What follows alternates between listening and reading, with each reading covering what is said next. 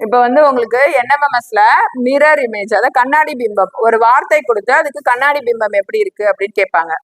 கண்ணாடியில வந்து எந்தெந்த பொருட்கள்லாம் அப்படியே தெரியும்? நாம அப்படியே தெரியுமா? கண்ணாடியில தெரியும் தானே? நாம எப்படி இருக்கோமோ அப்படியே தான் தெரியும். ஏன் அப்படி தெரியுறோம்னா மனிதன் வந்து சமச்சீர்தன்மை வாய்ந்தவன்.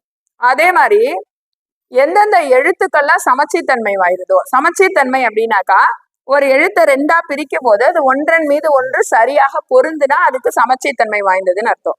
ஒரு இலை எடுத்துக்கிட்டேன்னா அந்த இலைக்கு நடுவுல ஒரு நரம்பு போதா, அதை வந்து ரெண்டா மடிச்சோன்னா ஒன்னோட ஒண்ணு எப்படி இருக்கும்? சமமா பொருந்தும். அப்ப அது சமச்சீர்தன்மை வாய்ந்தது.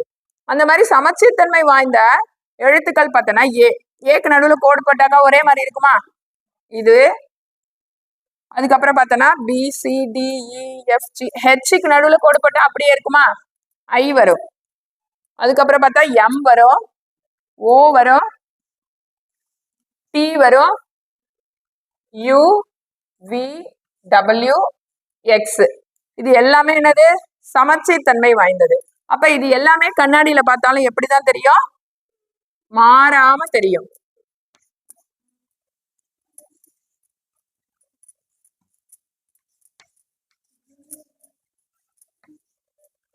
பாக்கியெல்லாம் இடவள மாற்றம் அடையும். என்ன பண்ண எப்படி தெரியும்? இடவள மாற்றம். இது எப்படி தெரியும்னா இப்படி தெரியும். எப்படி தெரியும்?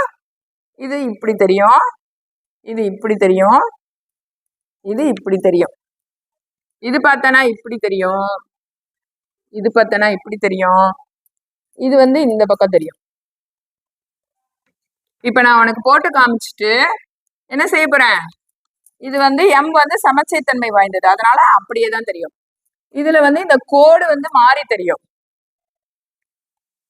பி இப்படி தெரியும், கியூ இப்படி தெரியும், ஆர் இப்படி தெரியும், எஸ் வந்து எப்படி தெரியும்? இப்படி தெரியும் எஸ். ஒய் வந்து